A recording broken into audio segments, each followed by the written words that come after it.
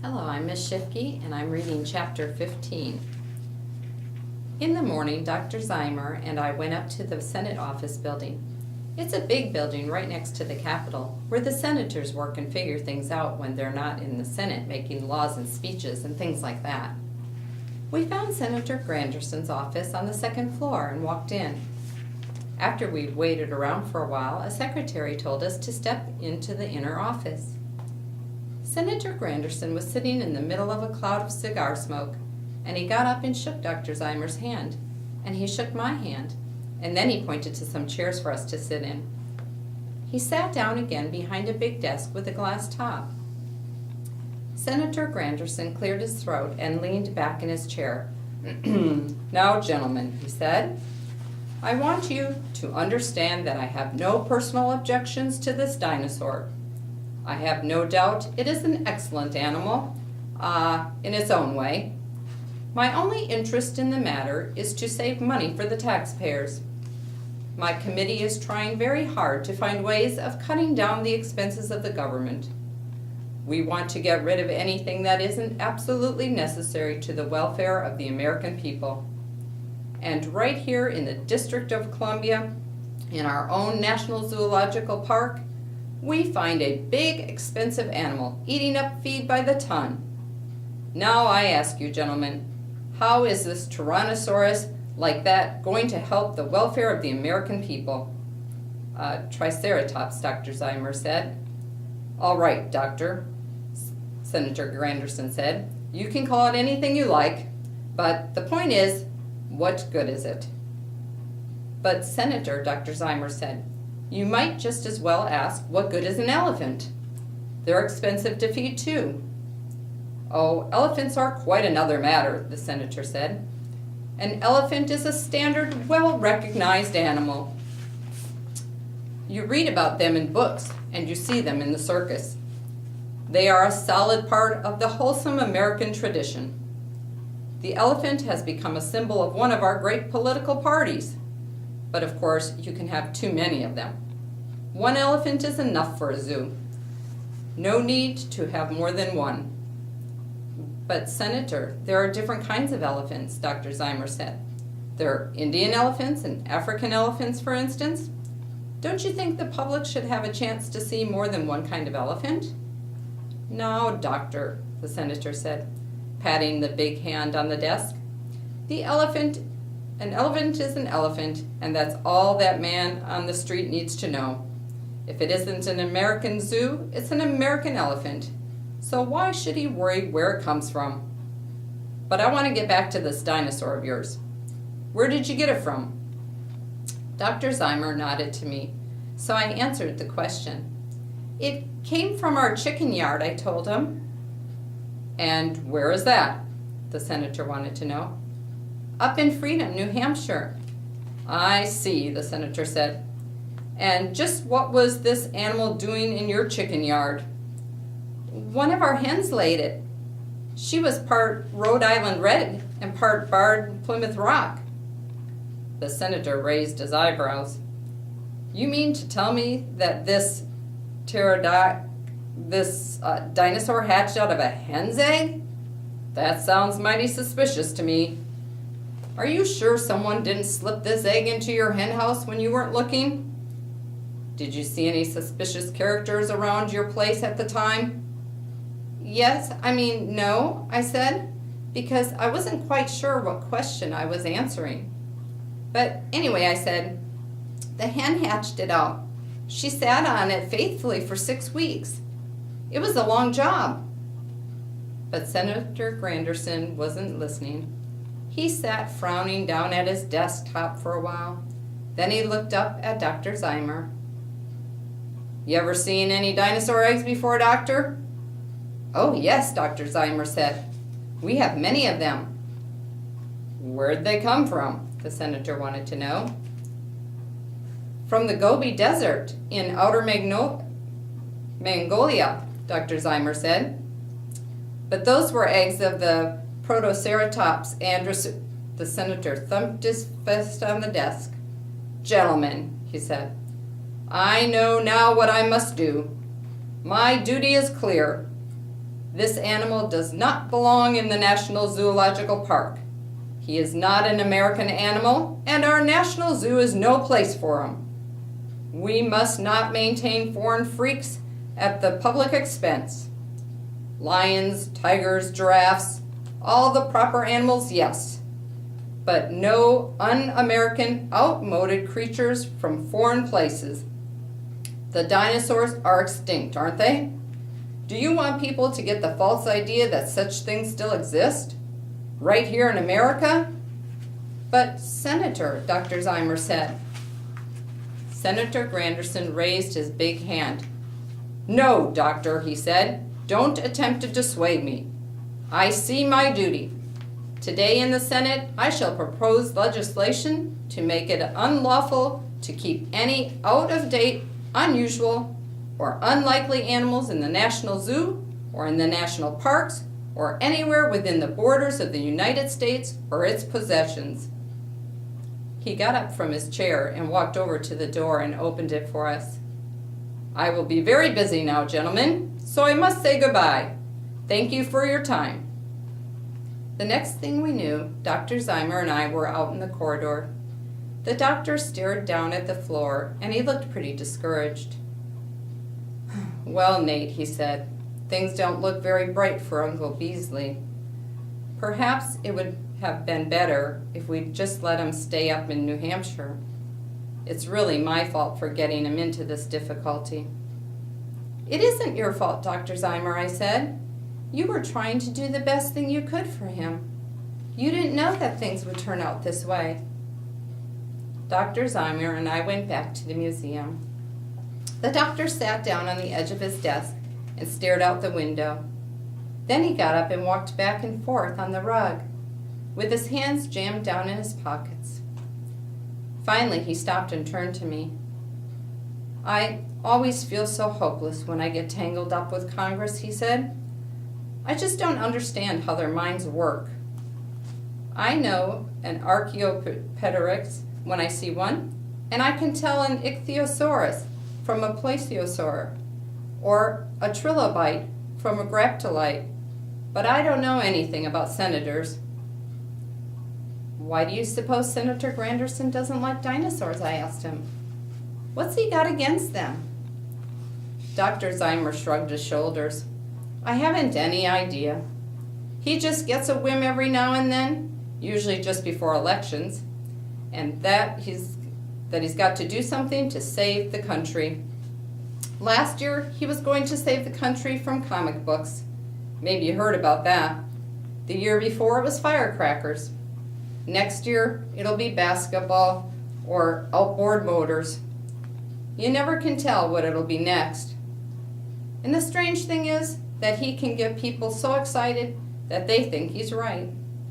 He got everyone so worked up about cap pistols that now they're illegal in every state except Nevada and Idaho, and they use nothing but real guns there anyway. One time, he proposed a law to get rid of all the buffalo on the government ranges out west, and he almost got it through the Senate. After lunch, Dr. Ziemer took me to the gallery above the Senate, and we found some seats right down by the front, where we could look over the railing and see just about everything that was going on down below us. One of the senators was making a speech about American broadleaf tobacco, but I didn't listen to him much because I was worrying about what was going to happen to Uncle Beasley.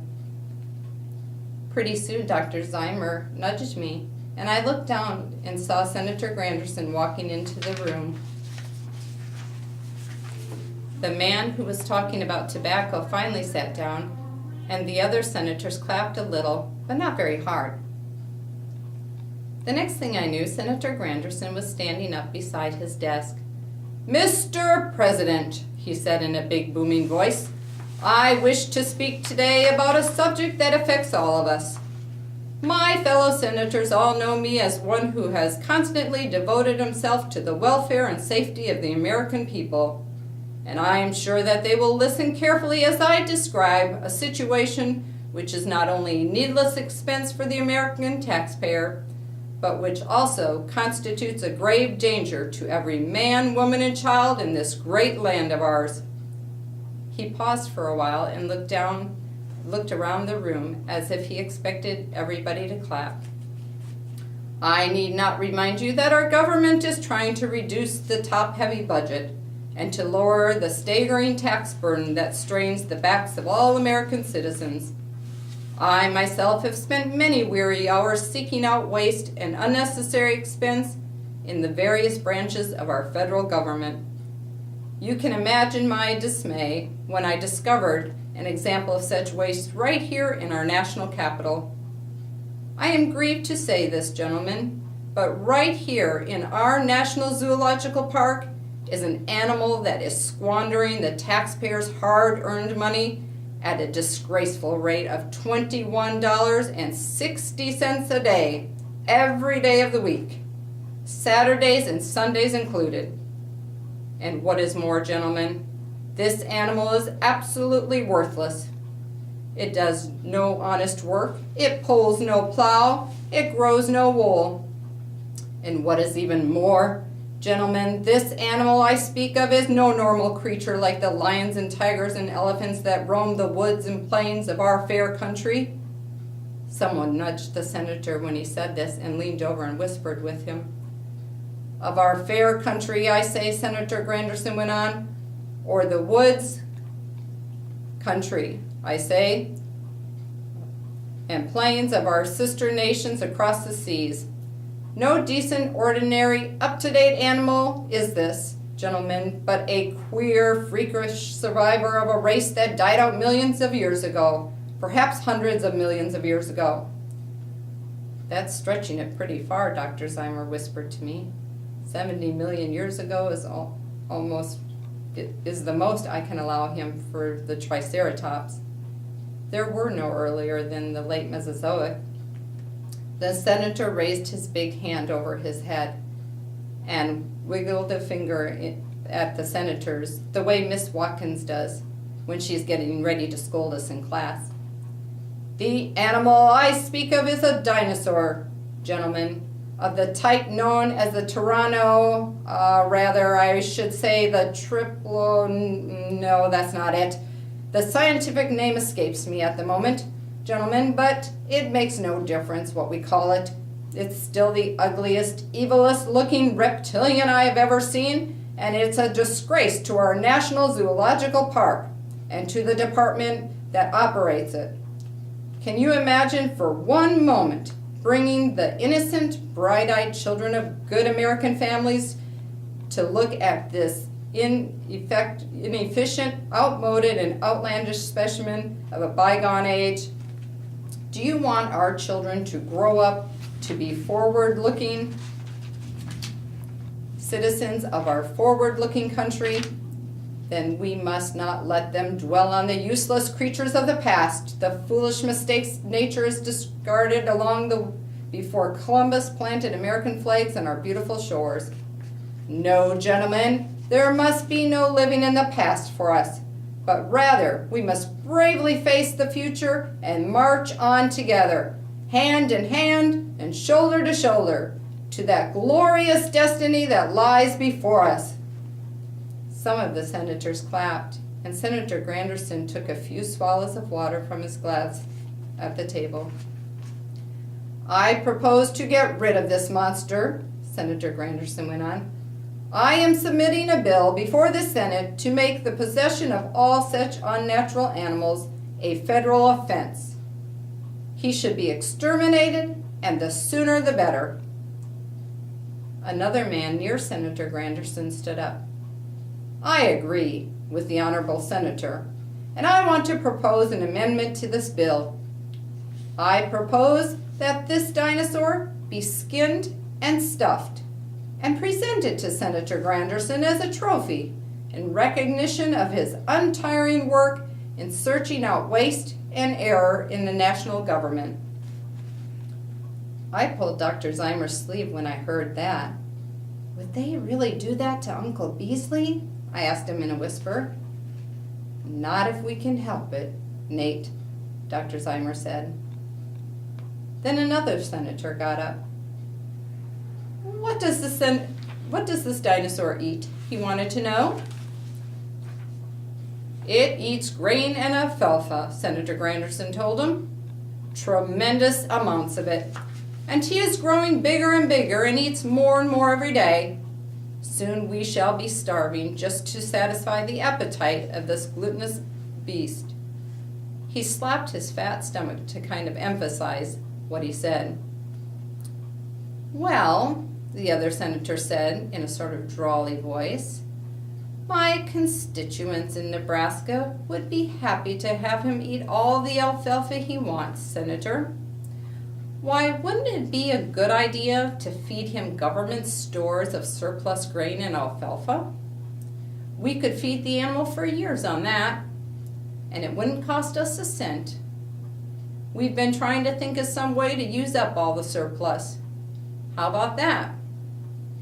Never, Senator Granderson roared. I wouldn't dream of giving away the surplus food to any ugly beast when the hard-working American housewife has to buy it with her hard-earned money.